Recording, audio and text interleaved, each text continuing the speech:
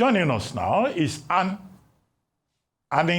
Anyeze Osakwe, with stories trending around the world. Hello, Annie. Macaulay. I got that. I got that. So close. Obviously, so close. It happens. You do your brain functions. Yeah. It's okay. Good morning, Dr. Abati. How are you? Good. Ayo, how are you? I'm also Anyeze. Yes. It happens to all of us. It's a Freudian slip. It's okay, guys. The Rufai? pride of Ogidi. Yes. Monday morning. Let's go. Good to be with all of you. So, good morning to everyone out there watching. Thank you all for starting your week with us. Happy Monday. So, we start what's trending today with a clear message from Nigeria's police force. Nigeria will not be a hiding place for fugitives after they announced the successful repatriation of a high-profile Chinese gang leader from Nigeria back to China. So here's what we know. The fugitive, Mr. Dai Qisheng, has been wanted for being the ringleader for a number of violent organized crimes in China. He escaped China in 2024 and had been on the run ever since then. And in a post on X, Nigeria's police force said that he sought refuge in Nigeria.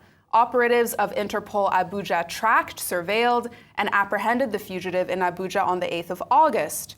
Following his arrest, he was repatriated on the 15th to Beijing under the established framework of police-to-police cooperation.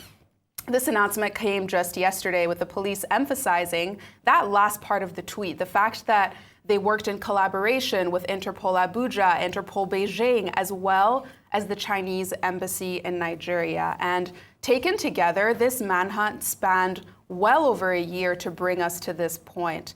Ayo, how are you seeing this story? All right, first of all, last week was a great week for the security operatives in Nigeria. It looks like we're starting off the new week as well. I'm applauding the efforts of this time the Nigerian, joint security efforts, but particularly the Nigerian police. As you already described, this fugitive who found refuge in Nigeria. He departed China in 2024, so he's actually been wanted or out of the country for a year now. And to now see that we were able to apprehend him. But I still have a number of questions, and this is so that if we have similar situations with similar people or similar incidents, we can fish them out. Number one is how was he able to come into the country? We often talk about porous borders and the checks. I recall that the Minister of Interior had talked about the technology at the borders, how it was now, we had a better way to analyze and identify people who were coming into the country. What happened to that? So I just want to know, and I hope that an investigation will be done into how he was able to come into the country, what measures or what means, so that we're able to prevent it in the future. Because it's quite scary to imagine that such a criminal was able to come in here, and you cannot even imagine, or one begs to imagine what he might have been able to do if he were not apprehended. Nevertheless, Nigeria is not the only country where fugitives run to or find a way of, penetrating their borders. Just to say that, so it's not peculiar to us, but it's also still important to raise that awareness around the importance of border control, stricter ways to get into the country, and to see that despite the fact that he got here, we're still able to apprehend him and repatriate him. Kudos to the Nigerian police. Absolutely. Okay, very quickly. I think the organization to be praised in one regard is Interpol. It's a body called International Police, which, has member countries around the world. And the whole principle, just like illicit financial transactions, is that, look, the world has become borderless. You can't commit crime in one country and think that you can escape to another country. If you are placed on red alert on Interpol, Interpol will track you. The same way with illicit financial transactions. That's why, the international community, under the auspices of conventions within the UN framework, have been able to track down criminals internationally. What we can say is that this is an achievement for Interpol and also for the Nigerian branch of that Interpol, like the Nigerian police force in particular, collaborating with the international police to track criminals that enter into the Nigerian space. However, this gentleman left Ginzu, in 2017, right? He left in he departed 2024. 2024, okay. Yeah. He found his way to Nigeria, whatever. He escaped the long arms of the law there. He was declared wanted by the province of Ginzu in China, and then he found his way into Nigeria. But then they were able to find him. So, which is why Muyiwa Adejobi's point is important. Muyiwa Adejobi, the police spokesperson, is saying this is a wake-up call, a signal to other criminals who may be in Nigeria that Nigeria is not a destination point for international criminals who may be looking for a safe place. Criminals cannot come to Nigeria and say they are seeking asylum. Criminals cannot melt into the Nigerian system. However, for this man who has been arrested, Mr. Qisheng, something like that. Well, I don't know how they pronounce Chinese name. Qisheng. Okay, you probably have Chinese connections, But Mr. Qisheng, who has been here, there may be others who have melted into the Nigerian environment and they've not been identified. This may be a question of luck on the part of the Nigerian police. What we're saying to the Nigerian police force is that they should be vigilant, that persons like Mr. Qisheng do not even enter the Nigerian space. He should have been apprehended since 2024 that he has been here at the airport. And that's why we say that border control is very important and all the agencies must be vigilant. And that will remain a major issue with regard to the integrity of our checks at the borders. It's not that they will give you passports, they will put Chinese, what do they spend there? Yuan? They will put yuan inside or put dollar inside. You will collect it and just stamp it. You may be stamping in a criminal. Yeah. And these are the same people who will get into the system, get employment, and they will be maltreating Nigerians. I think it's the height of impunity to allow criminals into the Nigerian space, whether they are from whatever country. Don't let us embarrass other countries. So I ask for vigilance, greater vigilance. But for this one that they have found, we can commend them. Okay. But they need to do more. Okay, so in fact, I'm sorry, I'm at sea. I don't know what you guys were commending the police for on this matter. That a criminal... At least one example. No, wait, Dr. Abati. Wait. Okay, that a criminal got into your country. No. Wait, now. Wait. So he got into your country. No, let's listen to you. Now finally, got wind of the criminal. Is that what celebrating? That he got into your country. So do you know how many criminals that have been entering to your country that you never flagged?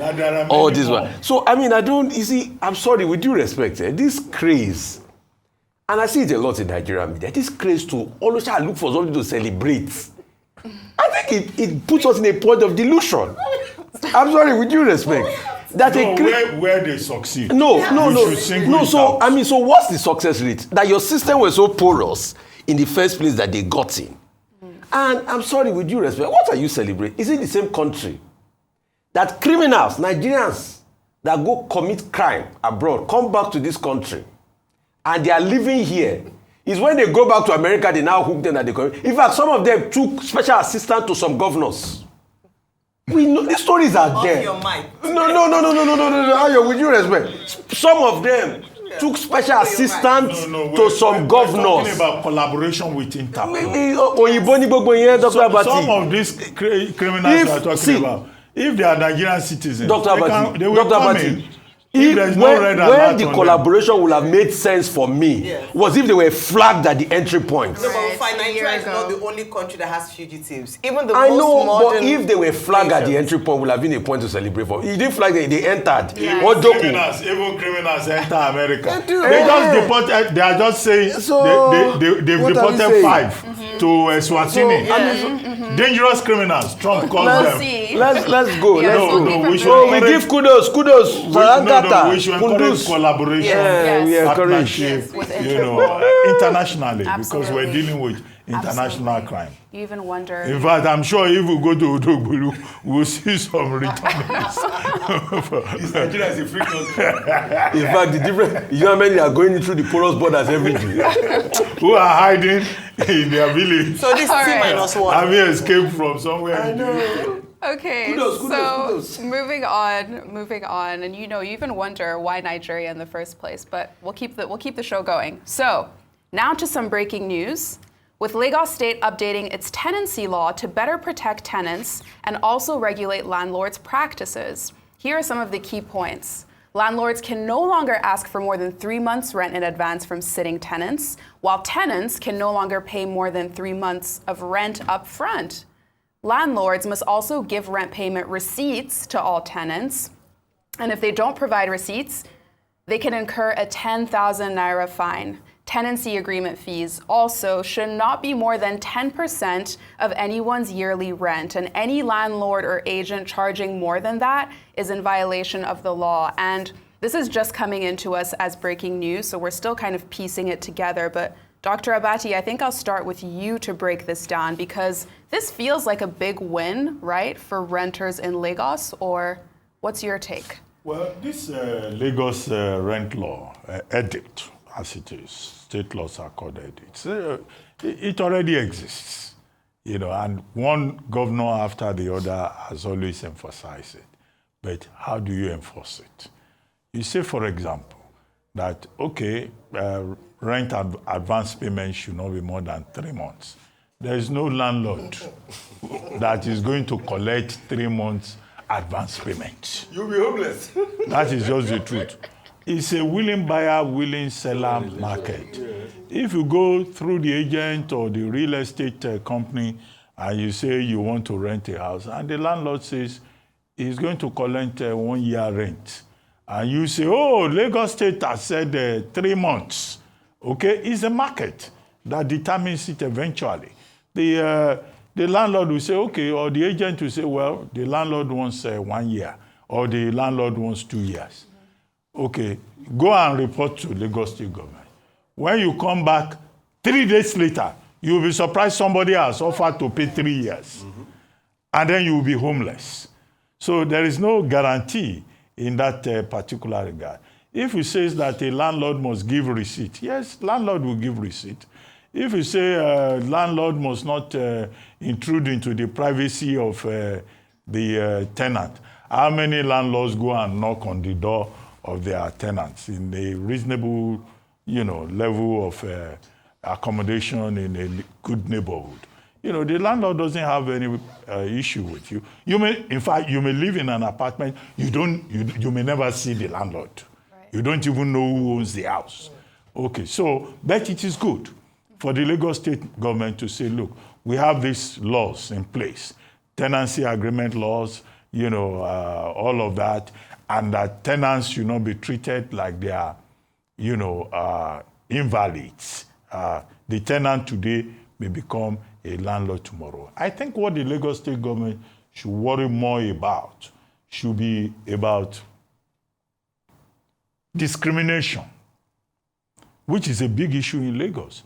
If you are a tenant and you are looking for a house, there are landlords that will say, no, we don't want somebody who doesn't have a husband. Yes. Because they don't want the house to be turned into a brothel. Right. So if you are a single girl, you have this finely made hair, another, you say you want the rest. They say, no, please, this is not a bamboo house. If you don't have a husband, don't come here. Okay, that kind of discrimination, is something that the government can worry about and educate people to insist on their rights. Right. And then ethnicity. There are some landlords that will say, we don't want an able tenant. So you can fight from today to tomorrow. Once they see an able name, they say, if you give this man a house now, one person will take house. He will go and carry half of his village. They will start spreading like cancer all over the neighborhood. Now, you also have that kind of problem. I've seen, concerned Igbo stakeholders writing articles on this subject. Now, the truth of the matter is that there are good tenants, just as there are good Christians, just as there are bad Christians and bad Muslims, bad Yorubas, bad persons from everywhere, just as there are good persons. So These are the things we need to worry more about. But for government to say they will micromanage, you can have the law, but the test of any law is in the implementation. But how many landlords, how many tenants will want to force the issue with landlords? Right. There are some stubborn ones. If they want to evict them, they will say they will not go. But eventually, they will have to go. And there are landlords who get desperate. They will remove the roof. They will say they want to renovate the building. So will you, as state government, say the man should not renovate his house? Or you will remove the windows? Okay, so it's a very delicate catch-22 situation. Right. But I'm all for non-discrimination against persons. And the fact that all of us can live peacefully together. Yeah. Because there are landlords that will say that's their source of livelihood. That's why some landlords, almost every year, once the price of cement goes up, rent will go up. Right. Once foreign exchange goes up, you know, they say foreign exchange has moved from this percentage to this percentage. Is that kind of mercantile, Shylockian, you know, conduct that I think the government wants to address. And I think the government is in order. But it's a situation that has to be managed. Right. So that all sides, in terms of their rights and interests, can be accommodated. Absolutely. Okay, well, tenants, I'm sure, Lagos renters will be watching that story closely. But let's now go to the outcome of the 9th Tokyo International Conference on African Development Meetings, where we're seeing what could be some major developments for Nigeria. Just yesterday, Nigerian officials made the announcement that Nigeria and Japan have agreed to cooperate in the solid minerals sector with a focus on bringing Japanese mining companies to come and invest in Nigeria. So it's a key outcome from the meetings between the Minister of Solid Minerals, Dr. Dele Alake, and the leadership of the Japan Organization for Metals and Energy. On the Japanese side, they say their mining companies need a little more information on the overall state of the Nigerian economy to really determine the risks. But that announcement comes as Japan also just named the city of Kisarazu in Japan as a hometown for Nigerians willing to live and work there. They're even creating a special visa category for skilled, innovative young Nigerians who are willing to move. Some mixed reactions to this one online. One person saying, fantastic. Nigeria with a developing economy and technology sector will gain immensely from Japan. Another saying, hometown in Japan for Nigerians willing to live and work in Japan, but the Nigerian government can't build such hometowns for Nigerians in Nigeria to be comfortable in their own country. So, you know, between the conversations around mining and this new Nigerian hometown in Japan, how should Nigerians be looking at the country's relationship with Japan? Rufai, I'll start with you. Nigeria and Japan, what's the deal? Okay, so what's the deal? Yes, we've been having TICAD since 1993. We've been trying to do this partnerships and relationship. We say it's for trade. But for me, the idea of the TICAD, for me, in my own personal opinion, it's a wonky idea.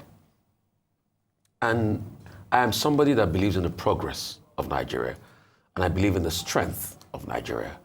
And I don't believe that Africa as a whole should be a begging bowl to any country.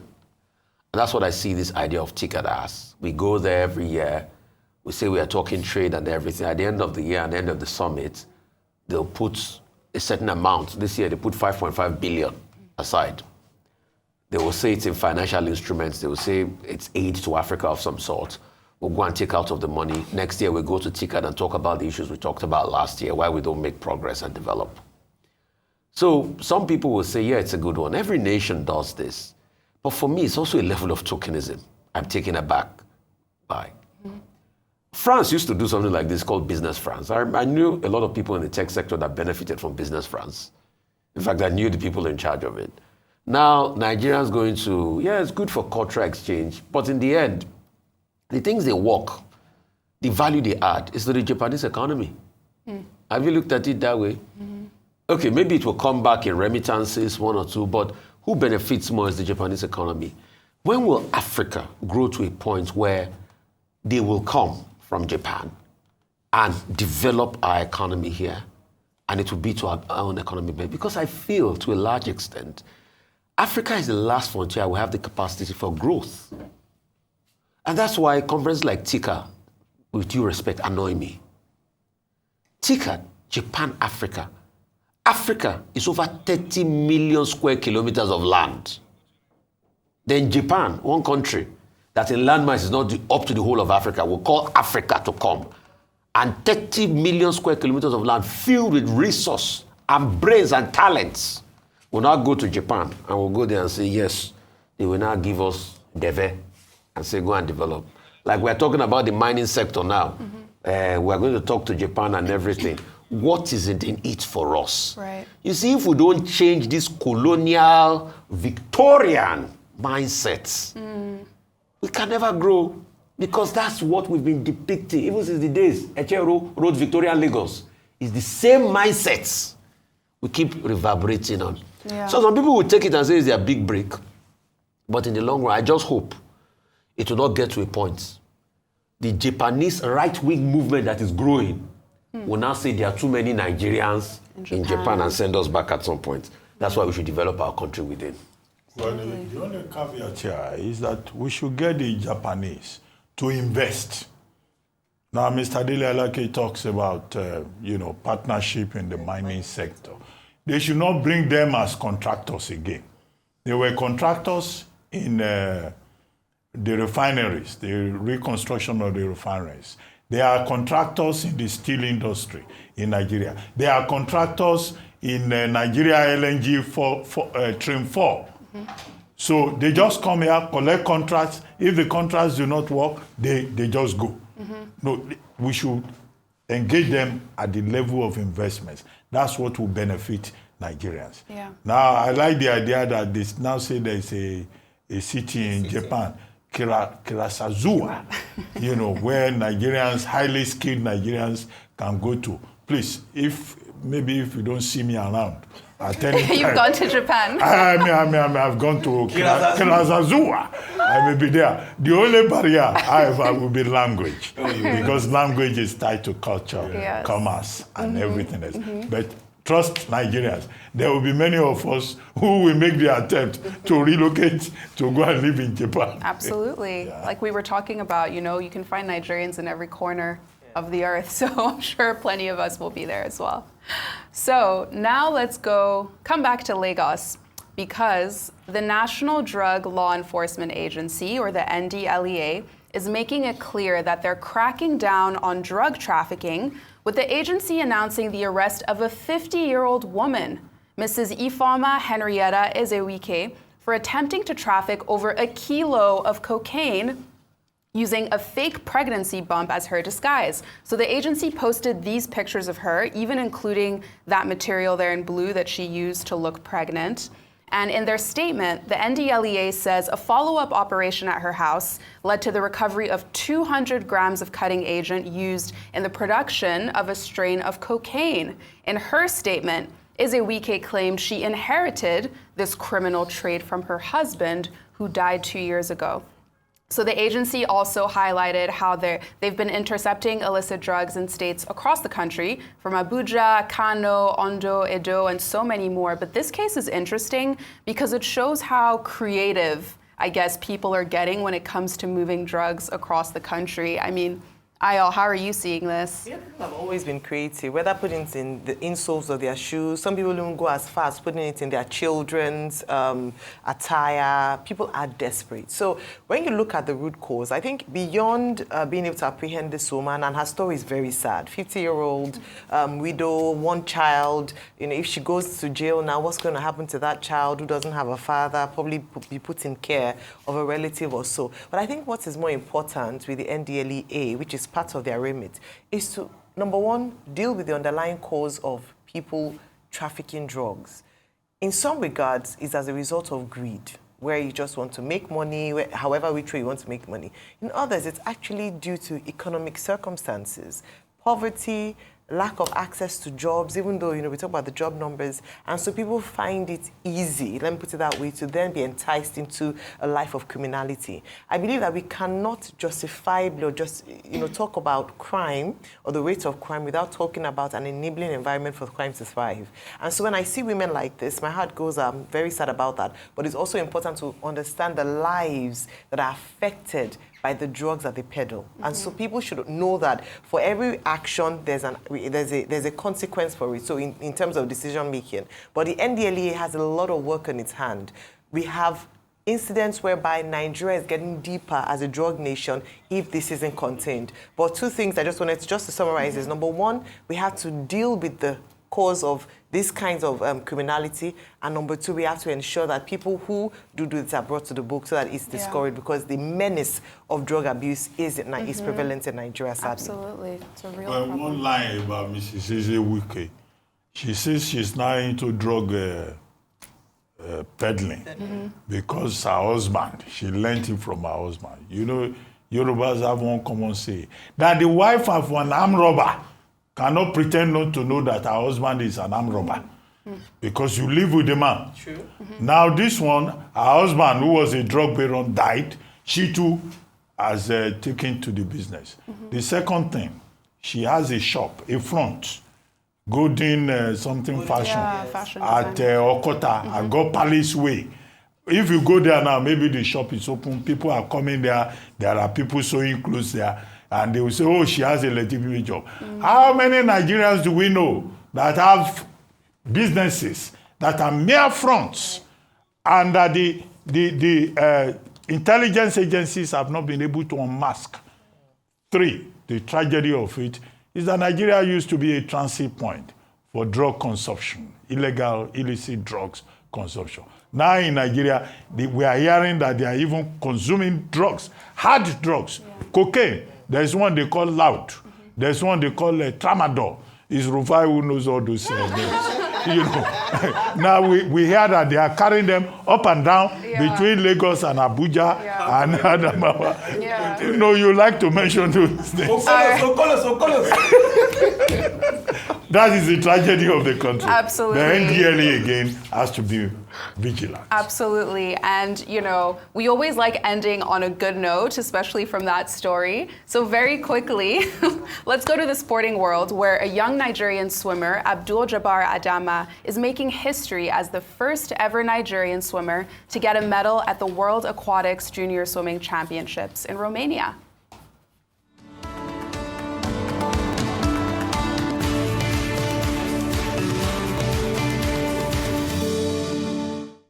So he's just 17 years old, and he got a silver medal in the men's 50-meter butterfly race. He finished in second place, but it was just by a sliver at 23.64 seconds behind a British swimmer who finished at 23.54 seconds. Either way, Adama made history, as this is the fastest time a Nigerian has ever swam the butterfly.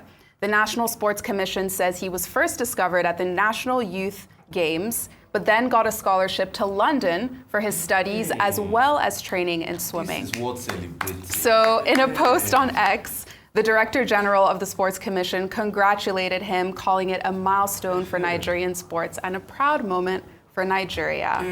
That's the way to end the show. Celebrate this one. Exactly. It's not the word that you will try to manipulate to say. This one, we I can tell you. Kudos to him. Kudos to the boy. It's not the one that criminal enter finish. They're going to say kudos. This one here, kudos. Congratulations. I'm so proud of you. Very proud. Nigerian star. Absolutely. That's it for What's Trending today. Thank you all.